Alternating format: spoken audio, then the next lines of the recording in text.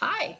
I don't know about you, but these nice days sure are starting to give me some spring and maybe even summer fever. So, our big book this week has to do with bugs. And so, my extra books, just for fun, are going to have something to do with insects or bugs as well. And the first one I want to share with you is called Oscar the Almost Butterfly. And this book is written by Pete Elwell. Oscar the Almost Butterfly.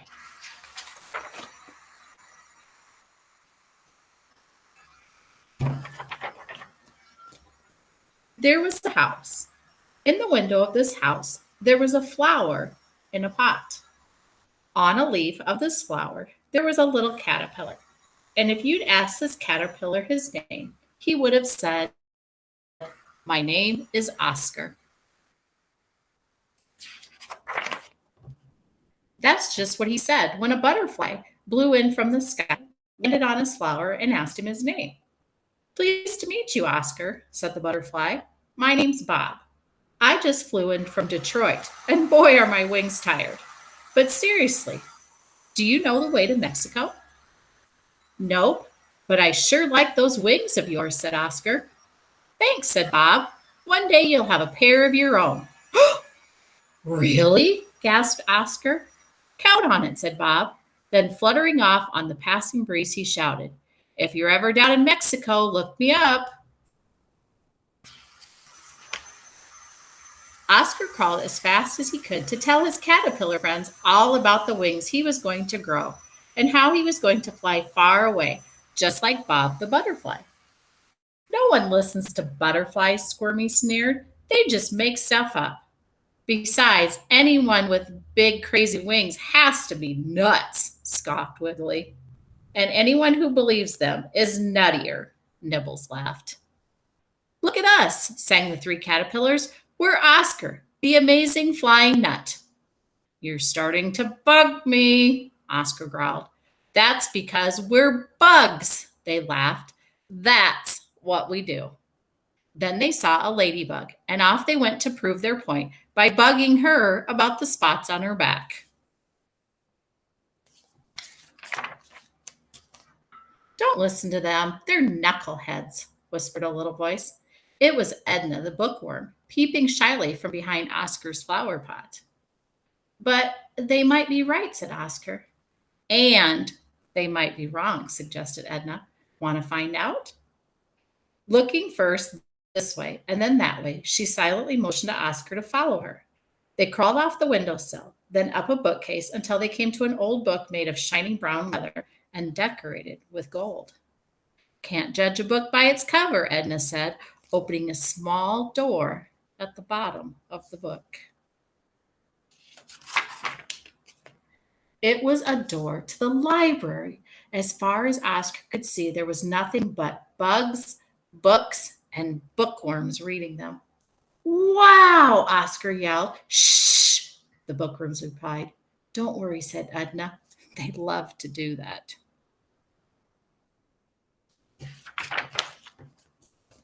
Oscar and Edna found all kinds of books that the caterpillars, excuse me, Oscar and Edna found all kinds of books that said that caterpillars do grow wings and turn into butterflies, and that the butterflies who look like Bob do fly all the way to Mexico.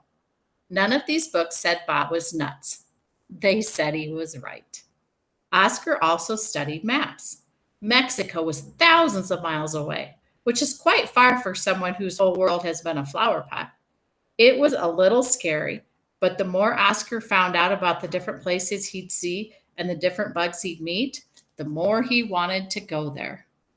So this map here shows up here, all the way up here was Detroit, where that butterfly said he was from, and then all the way down here would be Mexico.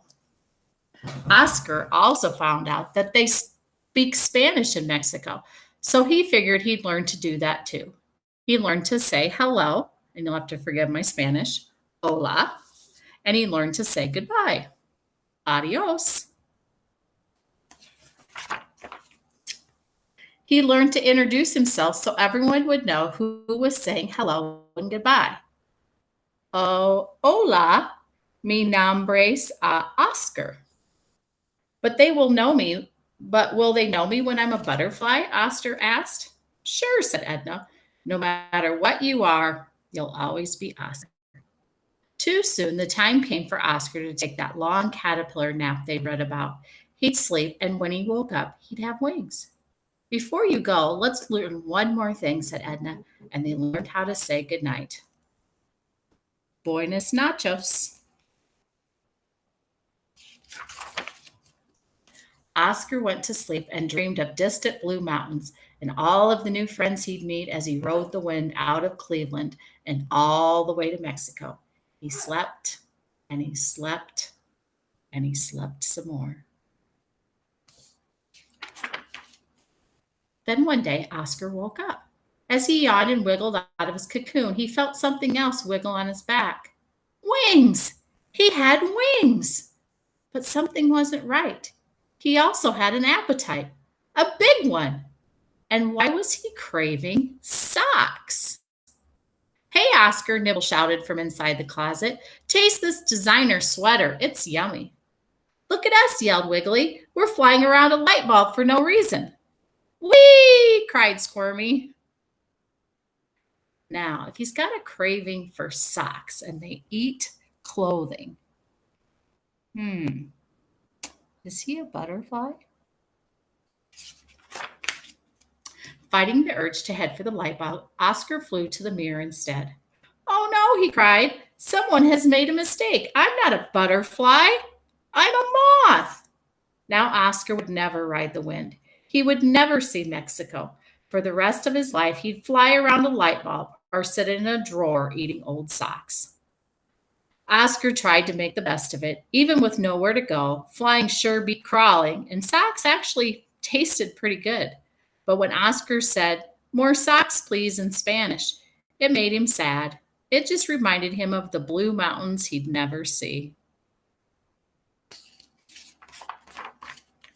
He might have forgotten all about Mexico, but one bright night, Oscar happened to land on his favorite flower in the window.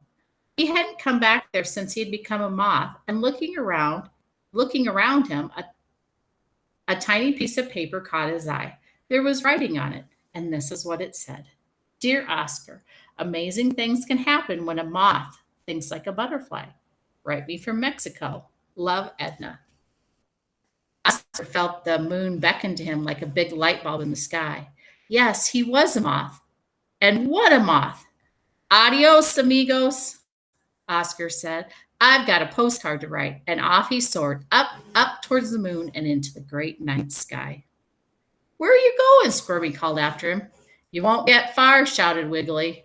What's amigos? Nibbles asked. Can you eat it? The other moths figured he'd be back as long as there was a porch light to fly around. After all, they said, he's a moth. It's what we moths do. But that's not what Oscar did. Even with the porch light on, he never came back. However, there are blue mountains in Mexico, and high in these mountains, there's a green field that is alive with countless butterflies.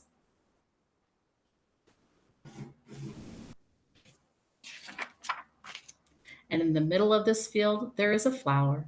And sitting on this flower, you'll find a moth who's writing a postcard to his friend. And if you ask this moth his name, he'll most likely say, see if I can say it in Spanish, Mi nombre's Oscar. Dear Edna, I thought like a butterfly. Love, Oscar. P.S. Bob says hi. Greetings from Mexico. So even though he was a moth, he thought like a butterfly, and he still made it to Mexico.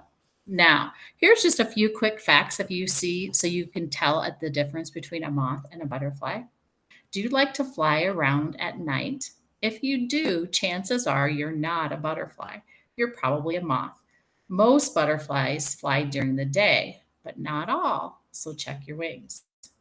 Do you have large, colorful wings? Moths' wings aren't usually as colorful or as big, but sometimes they are, so you still might be a moth. Butterflies think beautiful wings are wasted in the dark. Moths don't care. Moths tend to look a little fatter than butterflies. And if you have a beautiful black and orange wings and know how to fly to Mexico from wherever you are without a map, you're definitely a butterfly. And not just any butterfly, you're a monarch. So if you prefer the nighttime, you're not quite as colorful and maybe just a little chubbier, you're probably a moth. All right, friends, until next time.